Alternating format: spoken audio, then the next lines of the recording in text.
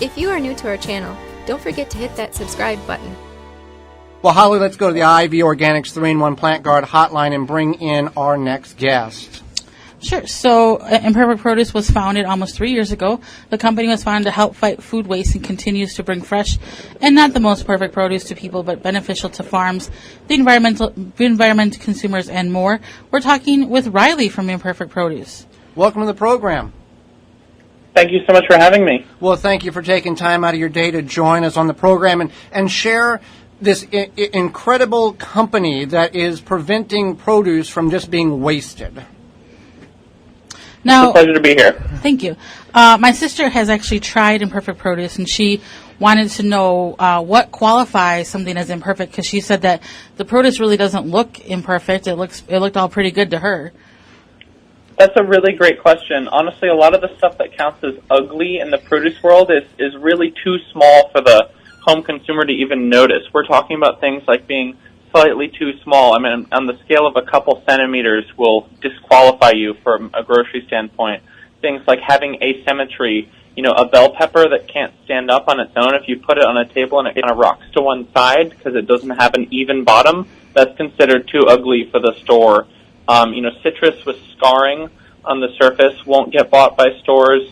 Again, these are all things that are they're cosmetic quirks. They're not quality issues, but if you're a buyer for Safeway or a big chain, these are deal breakers, but for the home consumer, you wouldn't notice it at all. And honestly, that's some of the most common feedback we get is, hey, I don't even understand why this is ugly. This looks perfectly normal to me.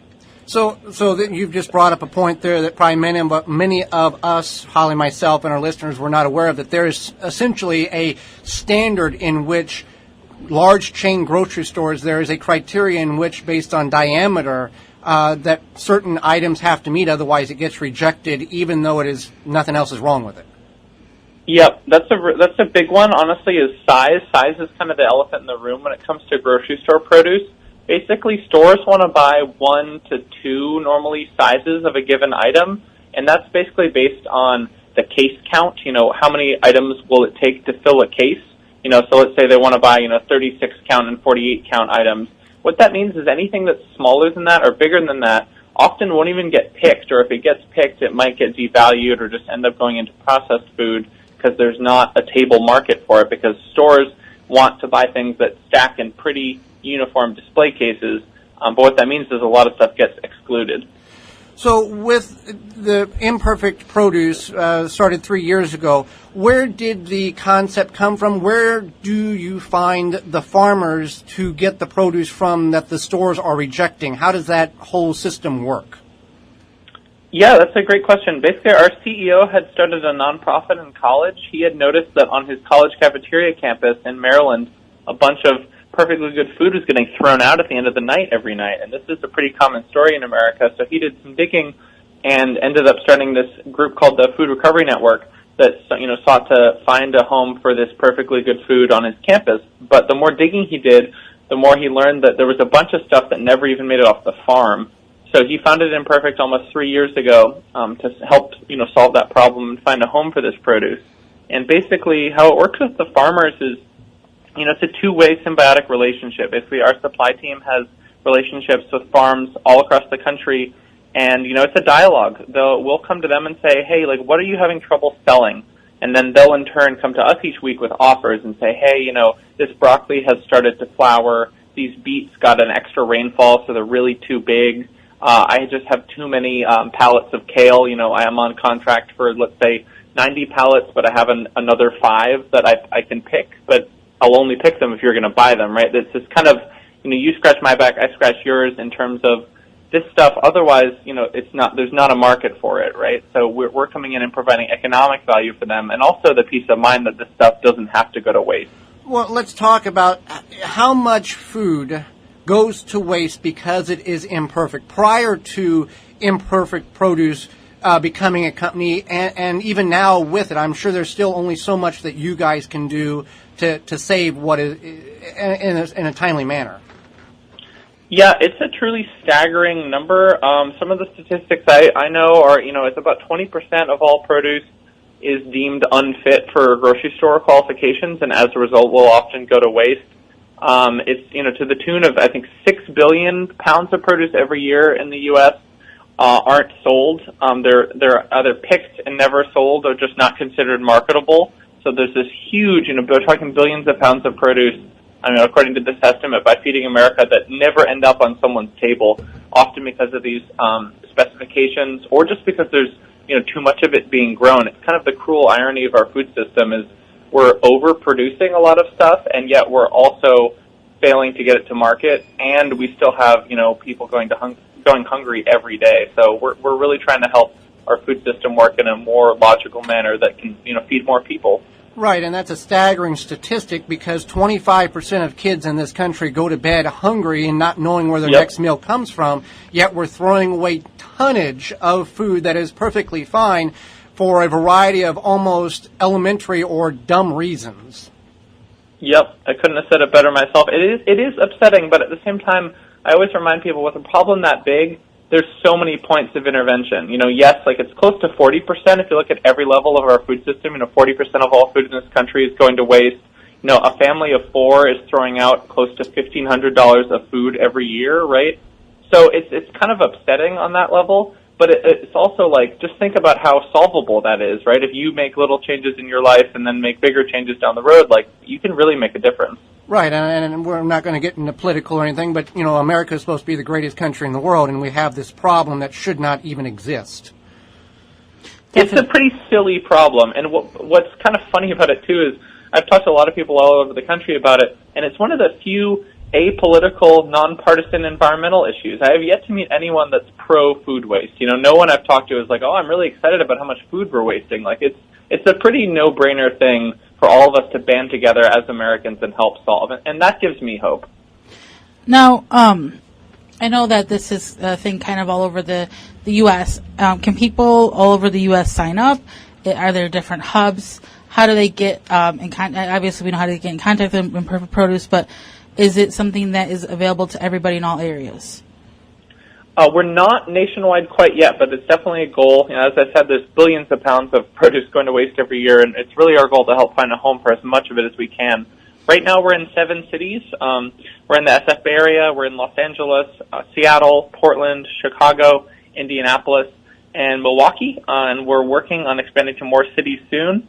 But if you live in any of the cities I just named, head to our website at imperfectproduce.com. You can sign up right there. You just enter your zip code, and we'll tell you if we're in your neighborhood yet. If we're not, stay tuned. We're working hard to get to more areas. Growing is really important to us, but obviously growing sustainably is really important to us as well.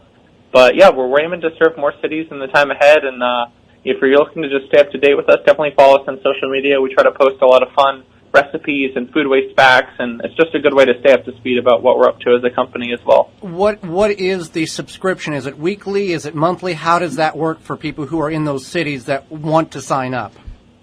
Totally, that's a great question. Yeah, so it's a weekly or biweekly subscription box model, right? So you sign up for an Imperfect box, and you get, it's delivered, one day a week, and you get to pick what goes in it every week. And this is one of the most fun parts about it, is every week you get to customize. So you'll log in, and you can see, we'll build a default box for you. Let's say you're getting a medium organic box. We'll build a default box that represents what's in season, but then you can go in and say, ooh, I love these beets, I'm going to get an extra pound. I'm not a big fan of cabbage, so I'm going to take that out. I'm having company over later, so I want to bake a pie, so I'm going to get, 10 extra peaches for that.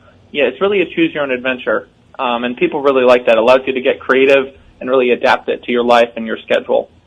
Is most of this produce organic, certified organic, inorganic, or is that an option in which the consumer can choose as well? Yeah, you get to pick. We offer an organic box as well as a conventional produce box. It's really whatever you want, and we offer fruits and veggies or both. So you can get a fruit box, you can get a veggie box, you can get a mixed box. And as I said, it comes in a wide range of sizes as well. So whether you're a single person, maybe just living with a partner or a housemate, or you have a small family or a big family, or you're cooking for a sports team, or what have you, we offer options for everybody. So we talked about a little bit about who this benefits. It kind of benefits everybody, you, the farmer, and the consumer, because it's produce that essentially, as you spoke about, was basically going to go back in the compost pile and never be consumed. Yeah, absolutely. It's a real win-win-win, which is, it gets us excited. It gets farmers excited. It gets folks at home excited.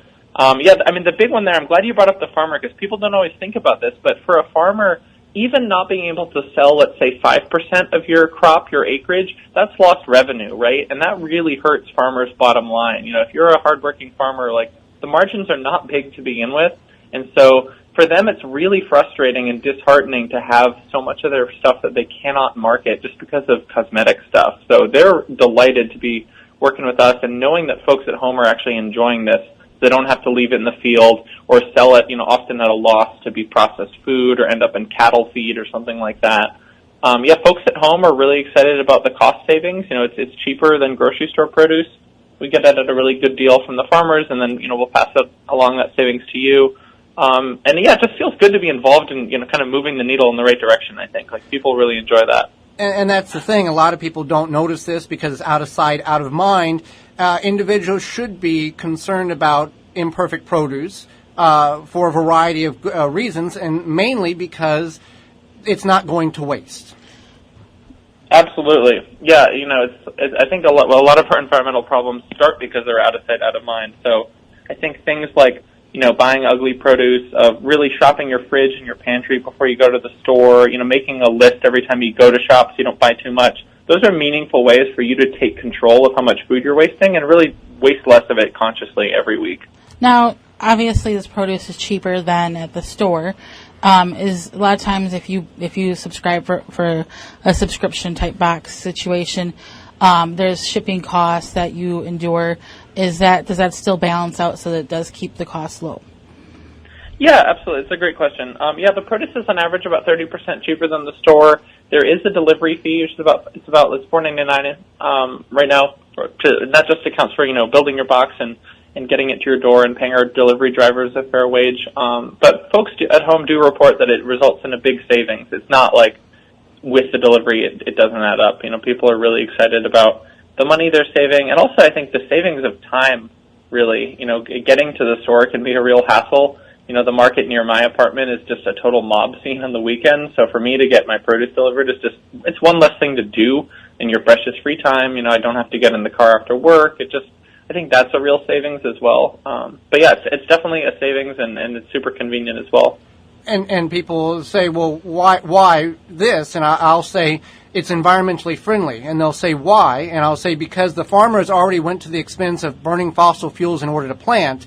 And if it's not sold, it's basically a waste. They're just throwing it back in the compost pile and done. By you buying it, by the consumer purchasing it from Imperfect Produce, it actually is not a waste to the limits of what it would have been. That's a really good point, and something some people don't think about, that when you're wasting food, you're not just wasting the food, you're wasting all the inputs that went into the food. And it's pretty staggering. As a country, it's roughly about a fifth of our cropland.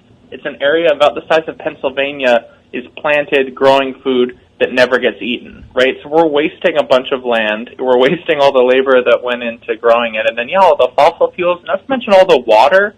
Most of our fresh water in the world and in this country certainly goes to irrigating crops. However, when we don't eat something like an avocado, that's literally gallons of water that you're essentially saying was dumped into the ground for no reason. So it's a real no-brainer way to say, let's take a common sense approach to food waste. And it's not a silver bullet. There's a lot more that we as a society can do. However, this is a really easy, logical starting place that we found actually empowers people to do more, which is really inspiring. Well, that's fantastic. And just what's the website again? And how do people sign up for those in the cities that you're delivering to? Yep, imperfectproduce.com. Just head to www.imperfectproduce.com. There's a big sign-up link right there. You can click on that and then enter your zip code. We'll tell you if we're in your neighborhood or not. It's super easy to sign up, and you pick whatever size and type of box works well for you. Choose your own adventure and get customizing. And if you get a box, after the show, please let us know what you think on social media. We always love hearing customer feedback.